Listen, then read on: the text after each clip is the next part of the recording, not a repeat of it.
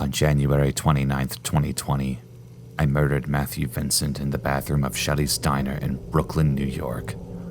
While I understand I won't be given much sympathy for my actions, I ask that you all at least give me time to tell my story leading up to that night and try at least to understand where I'm coming from before casting any judgment.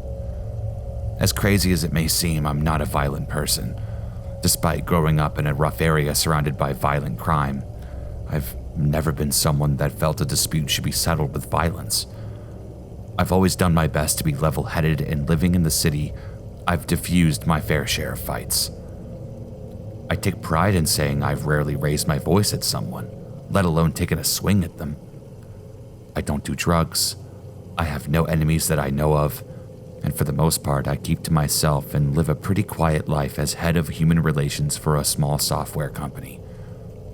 This is a small part of what made that night so odd for me. You can imagine my shock to come out of a dreamlike stupor to find the carved-up body of a man underneath me, but let me start at the beginning. I had recently broken up with my girlfriend of 3 years, and I was in the process of moving all of her stuff out of the apartment that we shared. The details of the breakup were messy, and as a result, I was in a rut emotionally. My work was suffering greatly. There were many nights I couldn't sleep because of what I can only imagine was stress-induced insomnia. The lack of sleep would sometimes inspire me to go on late-night walks around the city just to clear my head. And one of these nights, I came across a homeless man with a sign that read, "Change for Wisdom." I think of myself as a giving person, and if I have a couple dollars on me, I usually have no problem giving it to those in dire need. Seeing the sign, I reached into my coat pocket, pulled out a $5 bill, and walked over to hand it to the man. I told him to take care of himself, and as I turned around to continue my walk, he told me to wait. Curiously, I turned around and saw that he had a big smile on his face. I examined the grayed man and couldn't help but notice that he looked blind in one of his eyes.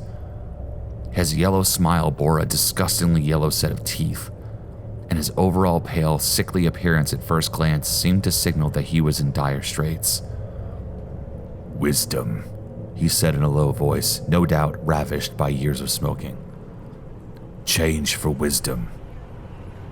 I cocked my head to the side, still off-put by the appearance of the man. I thought for a moment and shrugged. "I really should be getting going, but I suppose I could use some wisdom," I said, thinking I might humor the guy. His smile grew wider as he motioned for me to come closer. I reluctantly took a few timid steps forward and bent forward just enough to make it appear as though I was interested in what he had to say. However, as I got closer, I had this deep feeling of darkness, for fear of what he might say.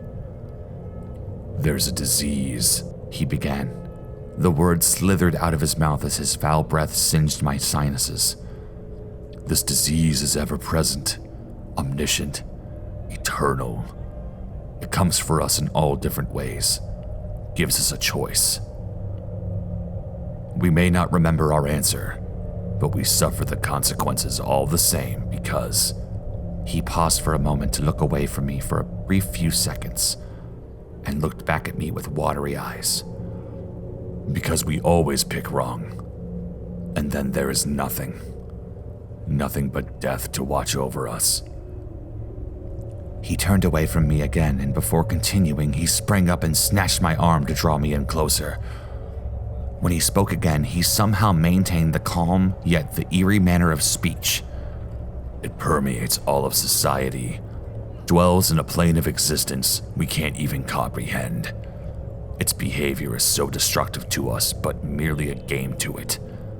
I say, boy, be afraid. Be afraid of the disease." I quickly twisted my arm out of his hand and launched myself backward to get some distance, looking at the man in horror. Scrambling to my feet, I tried to find the words to speak to him, but he simply shook his head. "You're very sick," he said in a quiet voice. So sick." I didn't know what to do, so I just ran home. I locked the door, closed all the blinds, and hid under my covers like a child hiding from the boogeyman.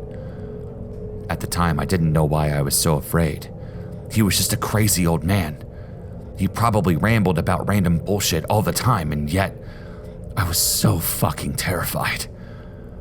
Something about what he had said struck an emotional chord that I didn't even know existed, but I couldn't place why.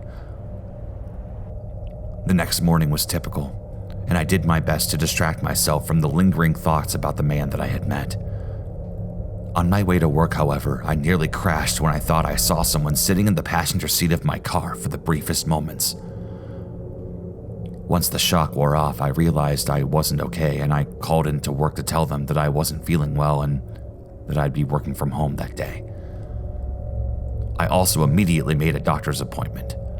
By the end of next week, I had pills prescribed to me to deal with stress-induced psychosis. But that didn't stop the hallucinations. I went for 2 weeks on those pills, and they worked for maybe a couple of days. After that, the hallucinations were becoming more frequent and more vivid. I swore I could see a tall, faceless, robed man who seemed to appear everywhere I went, and no matter what I was doing, I could tell he was watching me. He never interfered with my activities or tried to speak. He would simply observe and then disappear, leaving no trace that he was ever there in the first place. I talked to my parents to ask if we had any history of mental illness in our family, and the answer I got back was that we simply hadn't. I had seen professionals about my condition, and the responses were all the same. You're a normal guy dealing with stress. None of this is real. You'll be okay. I talked to a psychiatrist who was convinced I had schizophrenia and prescribed me medication. Still, they didn't do anything to stop me from seeing the man. But even with him, he was still baffled as to how the only symptom I had were the visions. Nothing else outside normal stress seemed to be out of order. One night, after a particularly stress-filled weekend at work, I figured I'd stop by a local diner to get some food. From what I remember, by the time I had made my way inside the store, I almost felt high. I was in a daze as I ordered my food. I only took small bites and spaced out for a few minutes before deciding to use the restroom. Almost unconsciously, I grabbed the knife from my plate, found a bathroom stall, and waited inside it.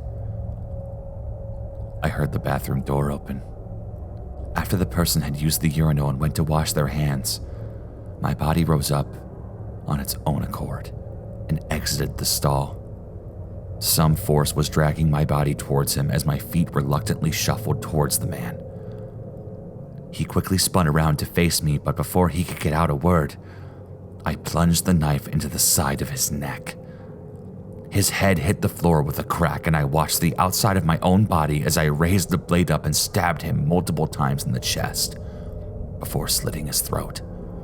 When I came to, the man was already dead. I panicked. I dragged him into a stall, washed off the blood, took his ID, and exited the bathroom. I quickly threw down a $20 bill at my table before running from the diner and tossing the knife down a drainage hole, hoping it would never make its way back. As I sped home, a million thoughts ran through my mind. I could see the man from my visions watching me as I killed that man. I could feel my body being controlled by something. I know that I never would have done something like I was thinking for myself, nor would I have wanted to. I felt such guilt for what happened. I was tempted to try and call his family and say that I'm sorry, but I could never bring myself to do it. I ended up driving out a long way to burn the ID and my clothes from that night and burying the remains. I don't know what's happening to me. I've noticed other small changes, and for the first time yesterday, the man spoke to me in a loud whisper. He told me I wasn't the only one. The fuck does that mean? Am I the only one to kill someone like this? Have other people been driven to murder by the same unknown force that I was? I don't know. To this point, the police obviously haven't found me. I've been pretty good at keeping my head low, and I have plans to move to an undisclosed location to keep the heat down. But I had to put this up. I had to say that I'm sorry to the family and friends of Matthew Vincent. I'm so fucking sorry for what happened. I know this is cowardly, and if I was genuinely sorry, I'd turn myself in, but I have to find out what's going on with me. After I have my answers, I swear I will come back and let justice take its course. But I can't figure this out from inside of a prison cell. To all the others I may hurt along the way, I also apologize. The other night I had to stop myself from beating another man to death. Wherever I go, I can't promise that my mind will always be my own, but I will do everything in my power to make sure that no one else gets hurt. If this is the disease that the homeless man warned me about, I can only hope I can bring us closer to a cure. I just hope to God that one exists.